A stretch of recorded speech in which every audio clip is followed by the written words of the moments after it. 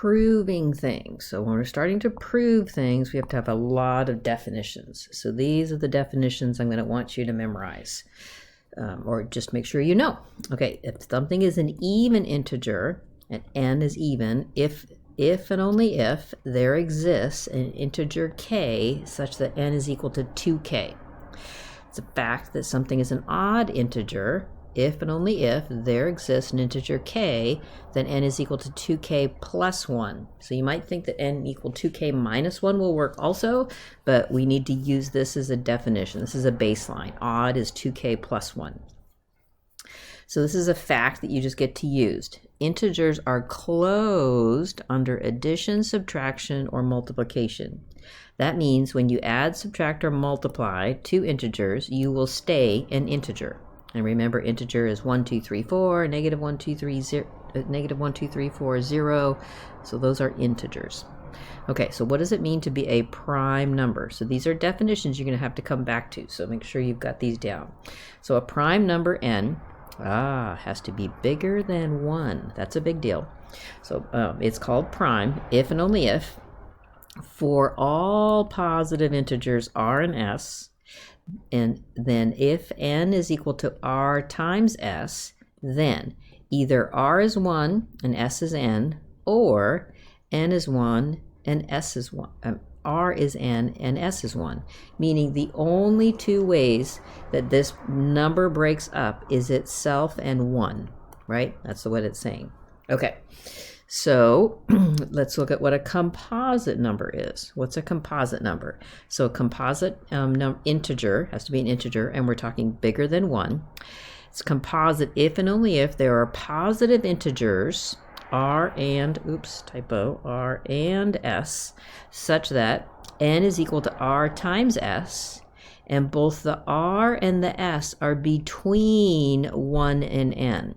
So this number n can be broken up into two factors. Okay, so let's go through just kind of easy baby step, kind of playing with these definitions. So why can I say that n is, or show why negative 18 is even?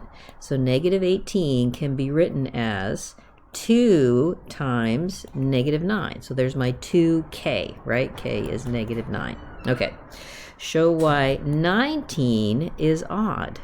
So a 19 can be written as 2k plus 1, right? Where k will be 8, right? So just kind of playing with it. Is 0 prime? Is 0 a prime number? No. Prime numbers are greater than 1. So prime numbers, a prime number has to be bigger than 1. Is 0 even or odd? Well, 0 can be written as 2k with k equals 0, so 0 is even.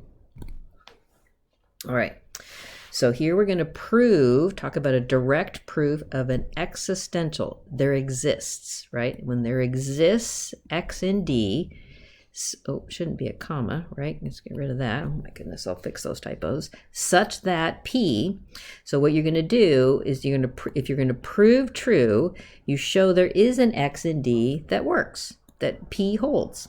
And then you kind of talk about how to make that happen. Okay, so let's just go through some examples here.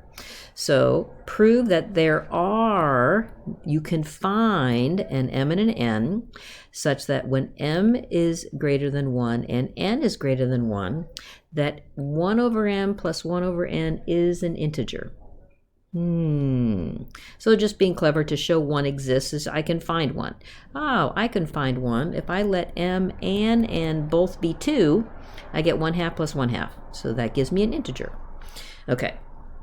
So now same kind of thing, but now I want them to be different. Ooh, two distinct numbers. Notice this time they had to both be bigger than 1. It's not giving me any restrictions.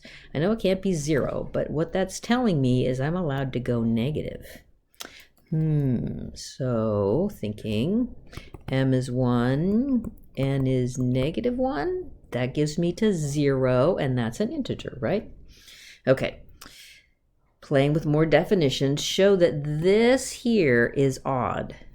So if I want to show that it's odd, I want to write this as 2k plus 1, right? So if I factor a 2 out of the first two terms, I'd get 5a plus 4b, and then I'd have plus 1. So if I have k equal 5a plus 4b, then this is 2k plus 1. So that tells me it's odd. All right. If a and b are integers, show that this is even. So this expression here, so if I want to write 6a squared b as 2k, I have to have 2 times something. So if I factor a 2 out of here, I get 3a squared b. So if I let k equal 3a squared b, this gives me 2k. That means it's even. So that's how we're going to be playing with the definitions.